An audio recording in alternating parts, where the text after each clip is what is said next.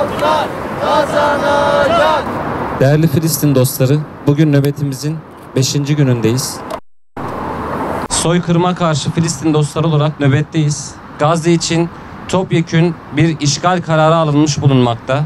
Aynı zamanda bu işgalin en büyük ortağı olan katil Amerika, Gazze'lileri yerinden sürgün etme planlarını açıkça beyan etmekte.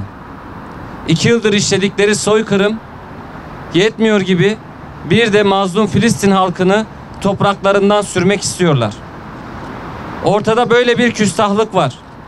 Bu küstahlığa en büyük alanı açan da bölge devletlerinin iradesizliğidir. Bölge devletlerinin işbirlikçiliğidir. Bölge devletlerinin siyasi iradesizliğidir.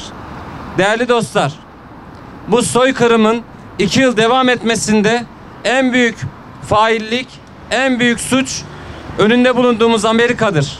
Amerika Büyükelçiliği'nin önünde bulunuyoruz. Bu soykırımın ortaklığını da görünür kılmak istiyoruz. İşte burası katillerin yuvası. Değerli dostlar, katil Amerika soykırımın başladığı günden beri İsrail'e lojistik desteğini sağlıyor. Siyasi desteğini sağlıyor. Ekonomik desteğini sağlıyor. Kendimizi İsrail adadık diyen bir Amerika var.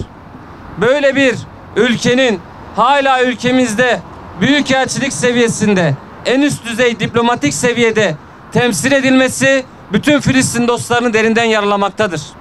Aynı şekilde NATO'nun 30'a yakın üssünün Türkiye'de bulunuyor olması bütün Filistin dostlarını derinden yaralamaktadır.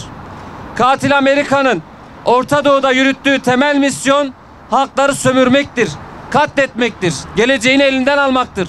Tüm bunlara rağmen hala Türkiye hükümetinin katil Amerika'yı müttefik olarak görmesi, ilişkilerini daha da arttırma çabası içerisinde olması tüm Filistin dostları tarafından apaçık bir şekilde işbirliği olarak tanımlanmaktadır.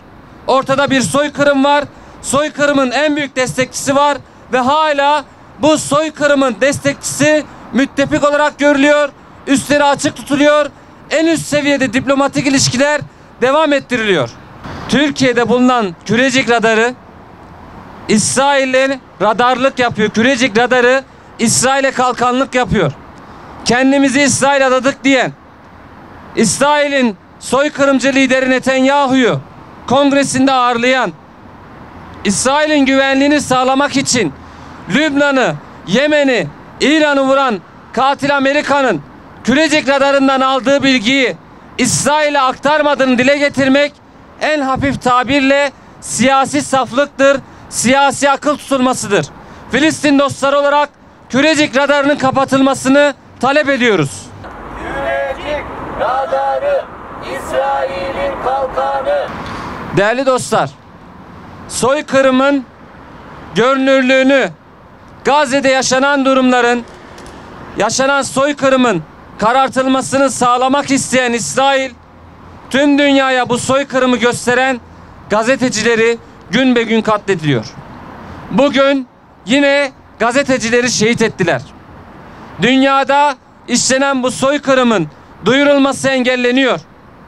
Yetmiyor, bir de Türkiye'de bu soykırıma karşı yaptırım taleplerinde bulunan Filistin dostları tutuklanıyorlar.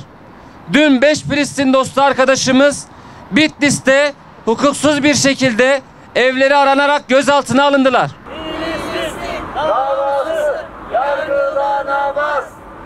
Bu Filistin dostları nasıl bir suç işlediler? Dediler ki Ceyhan'dan İsrail'e petrol gitmesin. Dediler ki 3. ülkeler üzerinden ticaret devam etmesin. Dediler ki limanlar Siyonizme kapatılsın. Dediler ki Kürecik radarı kapatılsın. Soykırıma karşı yaptırım talebinde bulundular. Arkadaşlarımın suçu buydu. Bizler de Filistin dostları olarak eğer bu suçsa bu suça iştirak ettiğimizi beyan ediyoruz. İsrail'e karşı yaptırım taleplerinde bulunuyoruz. Eğer bu suçsa biz de bu suçun ortağıyız. Esas suçu hak nizamında, mahşer gününde esas suçun ne olduğunu herkes görecek. Soykırıma tedarik sağlayanlar mı suçlu, yoksa bu tedariği durdurun diyenler mi? Kürecik radarını açık tutanlar mı suçlu, yoksa bunu kapatın diyenler mi? Petrolü sevk etmeyi durdurun diyenler mi, yoksa petrolü hala göndermeye devam edenler mi? Bugün bize işbirlikçi rejimlerin ne yaptığı mühim değil. Bugün bizi sindirmek için yargılayanların ne yaptığı mühim değil. Esas mühim olan mahşer günü Allah'ın mizanında, Allah'ın nizamında alınacak karardır. Bizler Filistin dostları olarak Filistin halkının yanındayız. Filistin için mücadele eden dostlarımızın da yanındayız. Nehirden denize özgür Filistin. Tekbir! Tekbir! Yaşasın küresel intikam!